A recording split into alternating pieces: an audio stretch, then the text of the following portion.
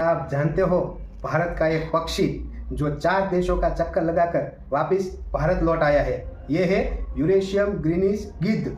इसका नाम है मारिच। 29 मार्च को इसने एमपी के विदिशा से उड़ान भरी और फिर देखिए कमाल, पाकिस्तान, अफगानिस्तान, उज्बेकिस्तान, कजाकिस्तान, इस सब देश से उड़ता हुआ ये वापस भारत के राजस्थान के धौलपुर में पाया गया है। और खास बात यह है कि इसे वन विभाग ने सैटेलाइट रेडियो कॉलर से ट्रैक किया था। इससे साफ साबित होता है कि यह प्रजाति हजारों किलोमीटर की उड़ान एक साथ भर सकती है। यूरेशियम ग्रीनिश गिद्ध यूरोप, नॉर्थ अफ्रीका और रशिया में पाया जाता है।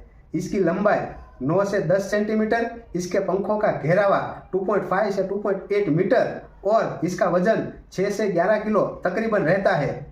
और जरा देखो, इतना बड़ा पक्षी और इतनी अविश्वसनीय उड़ान, और इस गिद्ध के लिए एक लाइक तो बनता है। Like, subscribe and share.